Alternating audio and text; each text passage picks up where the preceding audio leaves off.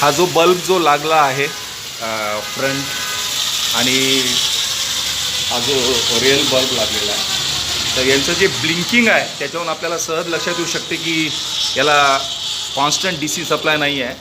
तर या ठिकाणी हा एक डायनॅमो आहे जो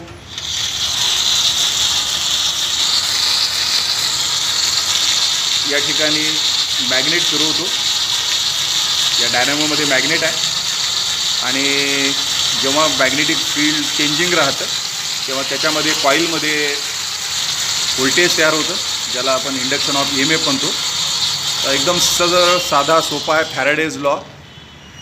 या डायनॅमोचं काम एखाद्या ट्रान्सड्यूसरसारखं आहे, फक्त हा मेकॅनिकल एनर्जी इलेक्ट्रिकल एनर्जीमध्ये कन्वर्ट करेल. बघा, हे जोरात फिरत आहे आणि लाईट या ठिकाणी लागलेला आहे.